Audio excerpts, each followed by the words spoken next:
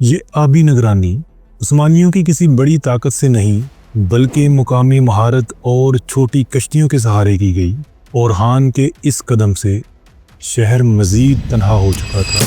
نیکیا کے گورنر نے کئی بار وقفے سے دروازوں سے محدود پیمانے کے دستے باہر نکالے تاکہ عثمانی مورچوں کو نقصان پہنچایا جائے اور تیر اندازوں کی قطاریں بکھیر دی جائیں۔ اورحان نے ان حملوں کا جواب ڈال بند قطاروں اور پہلو سے ہلکی گھڑ سوار ٹکڑیوں کے وار سے دیا، جس سے یہ کوششیں زیادہ دیر تک ٹک نہ سکیں۔ نیکیا کے گورنر نے شہنشاہ کو مدد کے لیے قاصد بھیجے، مگر پلیکانون کے بعد بازنطینی سلطنت کے پاس نہ وسائل تھے نہ حوصلہ کہ نیکیا کے لیے کوئی بڑی مدد پہنچا سکے۔ چند چھوٹی کمکیں اگر ہوئی بھی تو صورتحال بدل نہ سکی۔ کلیسائی رہنماؤں کے ذریعے شہریوں کو حوصلہ دیا گیا کہ یہ محاصرہ عارضی ہے، مگر جیسے جیسے مہینے گزرے اور ایشیا کی قیمتیں بڑھتی گئیں ویسے ویسے حوصلہ بھی کمزور پڑتا گیا۔ اس سارے عرصے میں اورحان کی طرف سے نیکیا کے گورنر کو بار بار امان کی پیشکش کی جاتی رہی۔ اگر ہتھیار ڈال دو تو عام آبادی محفوظ رہے گی اور عبادت گاہوں کا احترام کیا جائے گا، کسی کو بھی کوئی نقصان نہیں پہنچایا جائے گا۔ دراصل اورحان یہ چاہتا تھا کہ فیصلہ جنگ سے نہیں بلکہ قرارداد سے ہو، تاکہ شہر سلامت رہے اور نظم فوراً قائم کیا جا سکے۔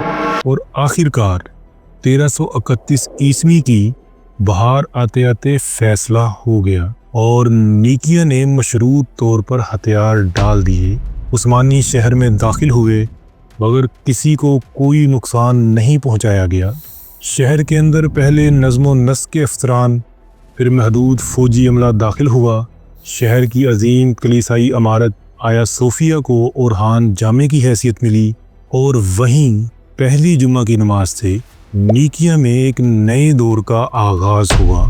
محدود فوجی عملہ شہر اور اطراف میں رکھا گیا تاکہ امن میں کوئی خلل پیدا نہ ہو۔ قاضی مقرر کیے گئے، مالی امور کے لیے عامل اور امن کے لیے سباشی یعنی نگہبان۔ ان تینوں نے مل کر شہر کے اندر نظم سنبھالا۔ بازار کھولے گئے، ناپ تول کی پابندی لگائی گئی، ذخیرہ اندوزی روک دی گئی اور قیمتوں کو قابو میں رکھنے کے لیے سرکاری نگرانی بٹھائی گئی۔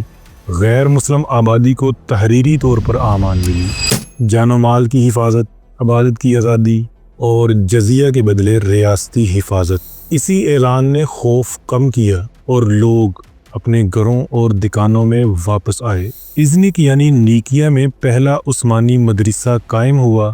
اس کے صدر کے طور پر معروف عالم دین داؤد کیسری کو مقرر کیا گیا۔ مدرسہ کے اخراجات کے لیے محکمہ اوقاف کی بنیاد رکھی گئی تاکہ تعلیم مستقل طور پر چلتی رہے۔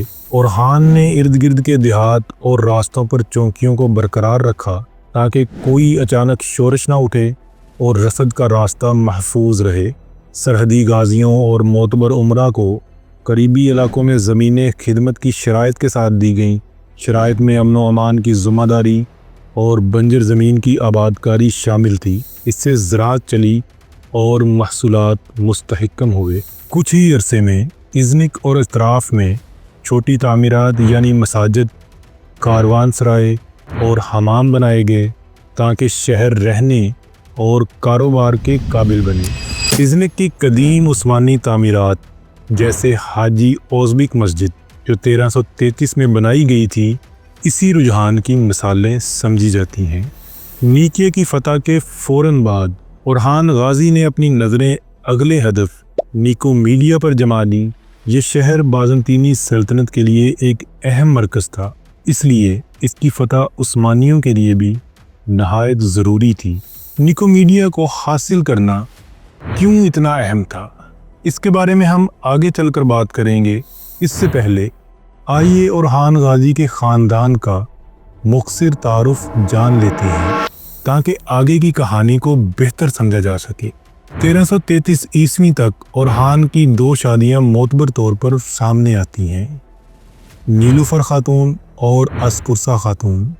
اولاد میں بڑا بیٹا سلیمان پاشا نوجوانی کی دہلیز پار کر چکا تھا مراد جنہیں مراد اول کے نام سے بھی جانا جاتا ہے، وہ اس وقت تک ابھی کم سن تھے اور اسپرسا خاتون کے بیٹوں میں ابراہیم اور قاسم کے ساتھ بیٹی فاطمہ کا ذکر بھی ملتا ہے۔ جہاں تک شہزادی تھیوڈورا کا تعلق ہے، ان سے شادی کچھ برس بعد 1346 میں ہوئی اور ان کے بطن سے شہزادہ حلیل پیدا ہوئے۔ اس شادی کو ایک سیاسی شادی مانا جاتا ہے، جس کے بارے میں ہم آگے چل کر بات کریں گے۔ دوسری جانب علاؤالدین پاشا، جو ابتدا میں سلطنت کے انتظامی ستون سمجھے جاتے تھے، اسی دہائی یعنی 1333 کے آس پاس خاموشی سے رخصت ہو گئے۔ تاریخی ماخذ ان کی موت کی وجہ بیان نہیں کرتے، لیکن مورخین اسے ایک طبی وفات ہی مانتے ہیں۔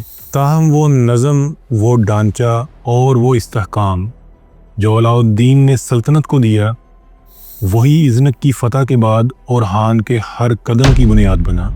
مگر کہانی یہاں ختم نہیں ہوتی۔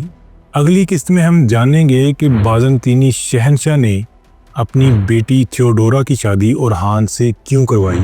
آف کورس یورپ کی فتوحات کے بارے میں بھی جانیں گے، لیکن آخر ایسا کیا ہوا کہ اورحان غازی نے اپنے آخری وقت میں اقتدار چھوڑ کر تنہائی اختیار کر لی۔ یہ سب آپ جانیں گے اگلی قسط میں۔ اگر آپ کو یہ داستان پسند آئی ہو تو ویڈیو کو لائک کریں اور کمنٹ میں اپنی رائے کا اظہار لازمی کریں، اور پہلی دونوں ایپیسوڈ دیکھنے کے لیے